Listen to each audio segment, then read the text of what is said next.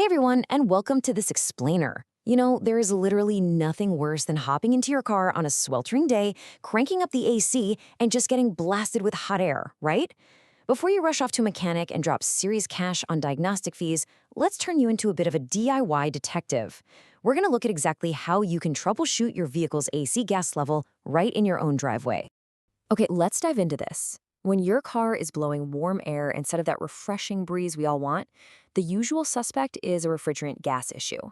See, the AC system relies entirely on this pressurized gas to absorb the heat from your cabin and carry it away. But the big question we need to answer is this: has the gas leaked out entirely, or is it just a little low? Or maybe the gas level is perfectly fine and there's actually a mechanical issue with the compressor itself. To solve this mystery, we're going to break our investigation down into two escalating steps, starting with a super basic check and then leveling up to a professional diagnostic.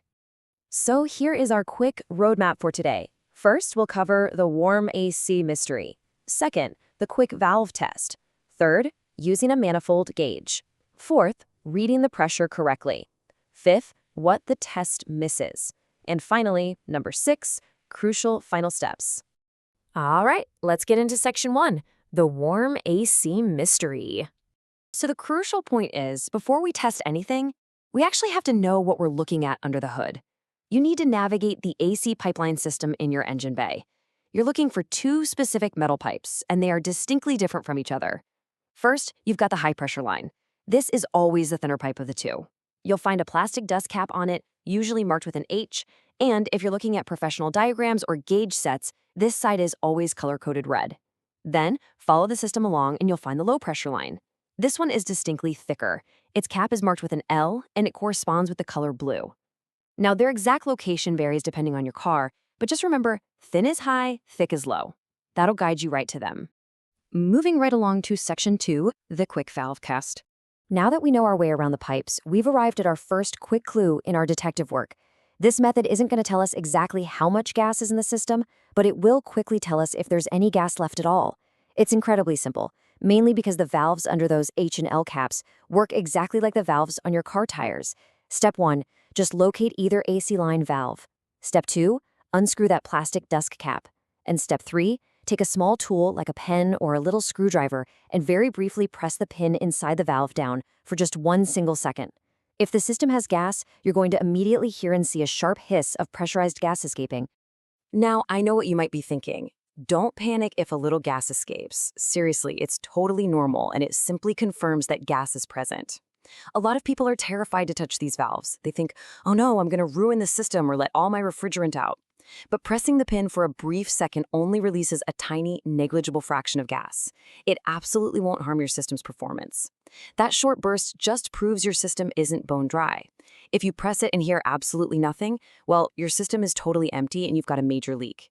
But if it hisses, we know gas is there and we can move to the next level to see if it's actually the right amount. Which brings us to section 3, using a manifold gauge. To find the exact pressure, we really have to graduate to professional tools. You might hear professional tools and immediately grab your wallet, right? But here is the brilliant part. A manifold gauge set is surprisingly affordable. You can pick one up for roughly 2,000 Indian rupees, or whatever the equivalent is in your local currency. It's really just a modest one-time investment. And since they're built from heavy-duty brass and rubber, this thing will just sit in your garage and last for years and years. It's literally going to save you countless diagnostic fees down the road. However, with professional tools, you have to follow professional safety standards.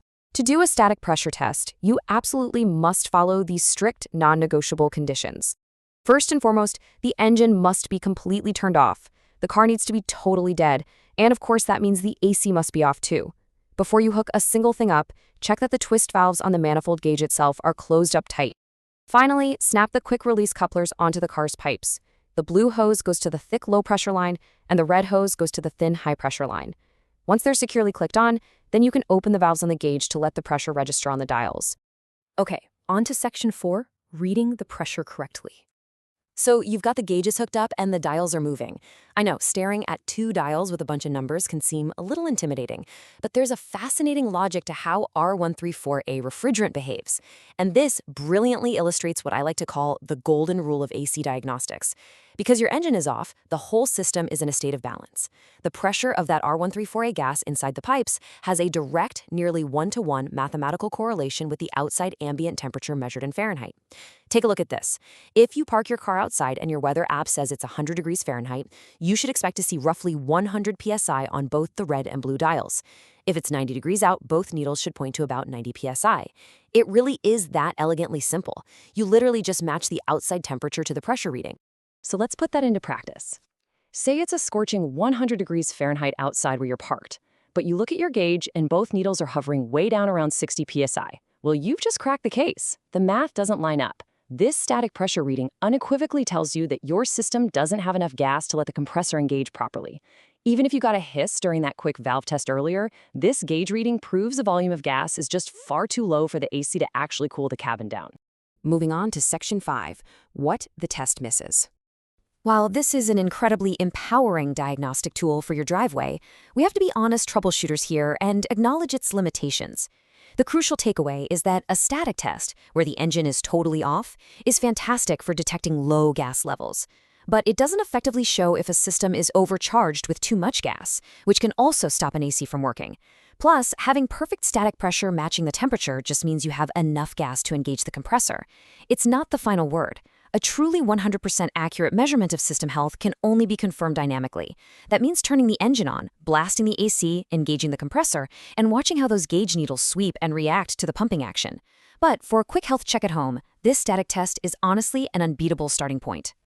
And finally, Section 6, crucial final steps. Let's move to and see how this builds into our final takeaway. So your investigation might be over and you've packed up your manifold gauge, but you absolutely cannot skip this next step. You must always replace the dust caps on those H and L valves. I know, it seems like just a minor piece of plastic, but it is absolutely vital. If you leave those caps off, engine dust, dirt, and road grime are going to settle directly right into those delicate valve pins. The next time you or a mechanic tries to attach a hose, all that dirt just gets shoved straight down into the valve seal. That permanently damages it and creates a brand new, slow leak that'll just drain your gas all over again in a few months. So do yourself a massive favor. Screw those caps back on tight. All right, so you now know how to identify the lines, execute a quick valve test, and mathematically match your static pressure to the ambient temperature. You've got the exact knowledge you need to diagnose a warm AC right in your own driveway. So the next time that summer heat beats down and your vents start blowing warm air, are you ready to pop the hood and become your own DIY auto detective?